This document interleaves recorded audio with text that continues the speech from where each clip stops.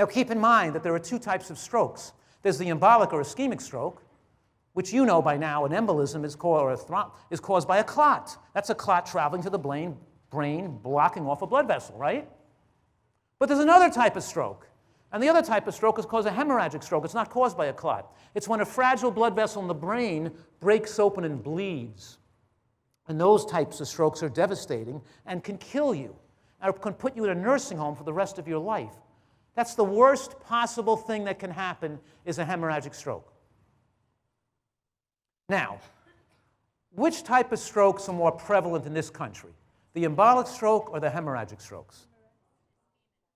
The ischemic or embolic. And what type of strokes are more prevalent, let's say, in South Korea or Japan?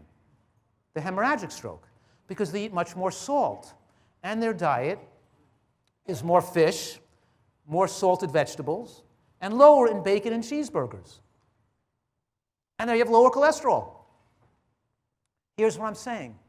It appears to be evident, and most likely, that the atherosclerotic process that thickens the blood vessel walls with fat and increase the risk of having an embolic stroke or a heart attack may offer some degree of protection against the high salt intake, causing hemorrhage or rupture of a fragile blood vessel in the brain.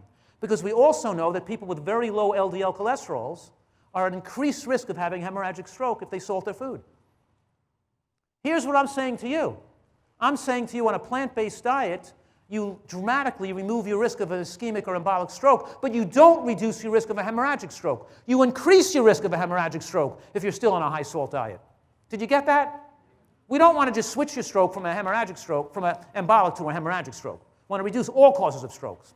And I see so many literatures in the scientific literature that's all written all wrong, because they talk about, food and stroke reduction and this and that, and they don't differentiate from ischemic from hemorrhagic, which are two completely different diseases with no relation to each other. You don't group together all strokes in one categories. They're completely different animals. They have different causes. But one thing we know is that salt intake doesn't just raise blood pressure, increasing risk of hemorrhagic strokes.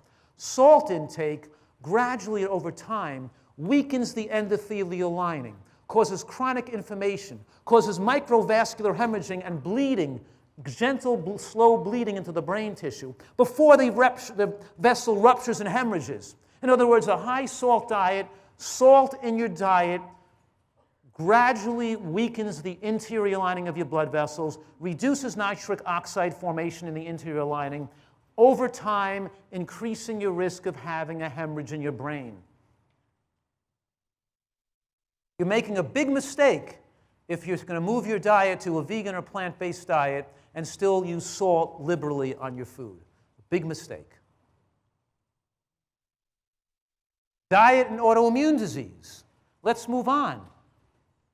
Because autoimmune disease is not predominantly genetic. There's some genetic instances, but the concordance studies on twins show that there's no consistent relationship between the genome and the risk of autoimmune disease, that environment and diet plays a major role over genetic influences. And there's a recent rise in autoimmune disease, an explosion in autoimmune disease that parallels the increase in cancer in this country from 1920 to 2020. Well, actually, the cancer rates went up from 1920 to 1990 the most. It kind of leveled off at 90 to go 2000 because doctors stopped prescribing estrogen for women, for postmenopausal women. In other words, the biggest thing to stop breast cancer in this country, to let it curtail down, wasn't doctors prescribing chemotherapy, it was doctors stopped prescribing estrogen. Did you follow that? But what I'm saying right now is that this increase in the processed food and fast food industry, which created an explosion of cancer, also created an explosion of autoimmune disease, and there's a strong parallel and relationship between eating fried foods and fast food and the development of autoimmune conditions as well. Salt leads to immune system dysfunction. Oils, heating oils, leads to reactive oxygen species and rancidity that destroys and interferes with normal immune function. And a high glycemic diet, eating these processed carbohydrates, also creates Klebsiella and other bacteria that grow in the gut that also have negative dysfunction on T helper cells that can no longer control an excessive immune response, and you develop a leaky gut syndrome where antigens can pass through the digestive tract wall, and it takes years to reverse these things. And the animal protein and the high saturated fats also exacerbate that. So diet has a big role to play in the development of autoimmune diseases, and the protocol we use for people with autoimmune disease to help reverse it is we give people extra omega-3 fatty acids, EPA and DHA, and we usually give them omega-3 fatty acid with a higher EPA component than DHA because it has more immunosuppressive effects on the overexcited immune system, at least temporarily to help get them off some of the medications. We also give them high-dose probiotics so they can help some of the leaky gut, and we do that temporarily in the transition phase, and we also give them triple vegetable juice. The reason we give them triple vegetable juice, I mentioned this yesterday, we do it with people with cancer. Because when we measure the phytochemicals and antioxidants that are needed for normalizing immune function, and you measure them in people like myself or other nutritarians who've been eating this way for years, we find the level of our biophytonic scanner is about 100,000 on our skin. And when a person's on an American diet, the levels might be 15,000 or 20,000. And if we have them eat healthfully for a few months, it might get to 50,000 or 40,000. But it's not going to get them to 90 or 100,000 where they need to get to maximize immune function. By adding the juices, we can get them up to a higher level quicker. We can get them to have more vegetable substances in their bloodstream and more penetration into the tissues, because it's not good enough to get the antioxidants and phytochemicals in the bloodstream. You need them in the brain tissue, in the bone marrow, in the skin, in the liver. You need them penetrated into the tissues. And we give them this 1/3, 1/3, 1/3 juice, which has 1/3 dark green lettuces, 1/3 green cruciferous, like bok choy or cabbage, and 1/3 carrot and beet. And they drink this 9 ounces of vegetable juice a day to decrease the time it would take to get those nutrients into the tissues at high enough levels to be maximally effective. Are you following me now? And we sometimes have them not eat a few days a month. And we utilize intermittent fasting. We have them some nights skip dinner because when we reduce calories, we cool down the excessive immune response. Because with psoriasis, psoriatic arthritis, and lupus, we find that excess calories fuels the excess explosion, the excitatory effects of the immune system. I'll give you a perfect example. Kind of interesting case.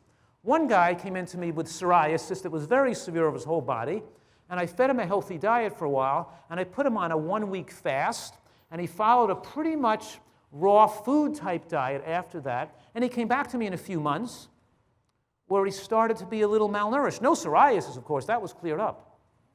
But he was so malnourished, he was having some other issues, like a little rectal prolapse and other signs of deficiencies. So I had to give him a little more food, and as I gave him a little more food to get him healthier, his psoriasis started to come back. What I'm saying right now, he didn't do the diet long enough to really achieve the results we wanted to achieve, and he got well eventually.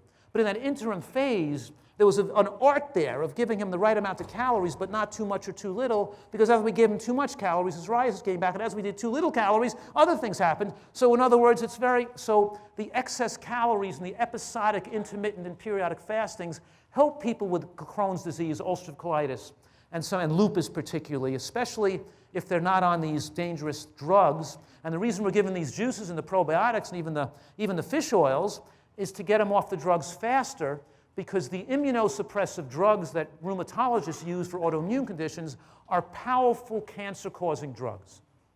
So a person with psoriasis or lupus having to take Imuran or all these drugs that powerfully suppress the immune system are making a pact with the devil.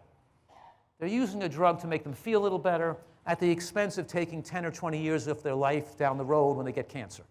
And when they get cancer, you don't just die like flying your helicopter into a mountain. You're not just dead on the spot. You are dying slowly and painfully over many, many years when you go to these rheumatologists and take drugs, which wouldn't be so horrible if it was the only option, but it's not the only option. People can get well from autoimmune conditions with nutritional excellence, and that's what we're going to look at right now. We're going to look at some cases of people who get well with nutritional excellence. Can I go back? Yeah, I can go back over here.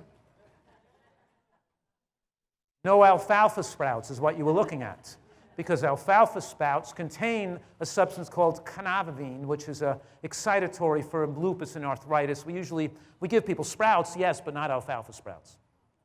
And we don't give people usually gluten either, because too many people are sensitive to it, but mostly with autoimmune conditions. Now, we studied some of the members at drfuhrman.com, which is a website that I am quite familiar with.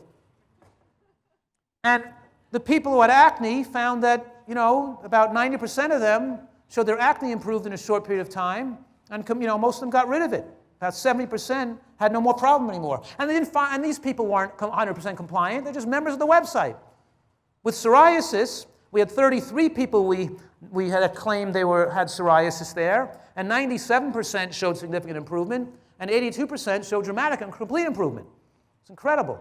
These are not people under my care, not people who came to my office or stayed in my retreat. These are people just on the website following what we're doing. Irritable bowel syndrome, 93% improvement. Ulcerative colitis or Crohn's, 88%. Significant improvement, almost 60% dramatic improvement or resolution.